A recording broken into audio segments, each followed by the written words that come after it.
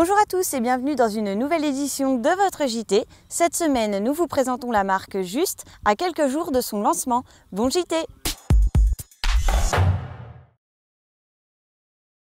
L'idée, c'est pas de rajouter des contraintes pour faire un prix vendu supérieur à une rémunération, c'est déjà essayer de rémunérer ce qu'on fait. Créer une marque de producteur qui prend en compte les coûts de production et une juste rémunération, c'est l'ambition que se sont donnés les élus de la FDSEA et des JA de Vendée.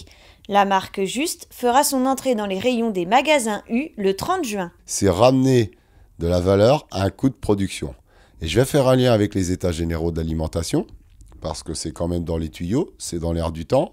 Le consommateur est demandeur, le gouvernement y a mis sa petite pincette pour essayer d'améliorer les choses, mais on s'aperçoit que si on n'est pas détenteur du produit jusqu'au bout, eh bien les discours, vous pouvez toujours les avoir, et la réalité, elle vous rattrape. L'objectif est de regrouper en fait la production vendéenne.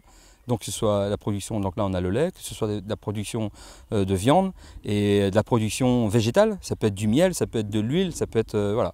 Mais on sera toujours en adéquation avec un marché. On démarrera toujours avec une demande et après on adoptera nous nos produits finis, nos produits agricoles produits dans les exploitations en fonction de la demande. Premier produit développé par les agriculteurs, une bouteille de lait.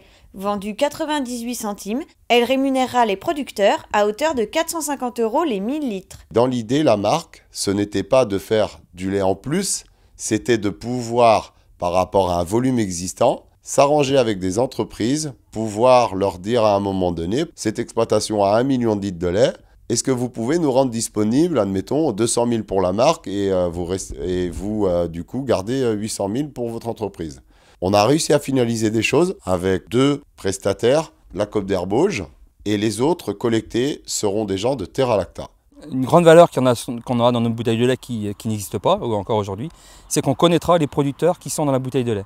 Ça veut dire que là, on va collecter de mémoire 9 producteurs, et dans le premier lot de bouteilles, donc 2 citernes, il y aura une transparence totale des producteurs de lait qui sont dans la bouteille. Donc les producteurs seront rémunérés par le laiterie comme ils sont rémunérés aujourd'hui, donc pour eux, pour l'instant, ça ne change rien.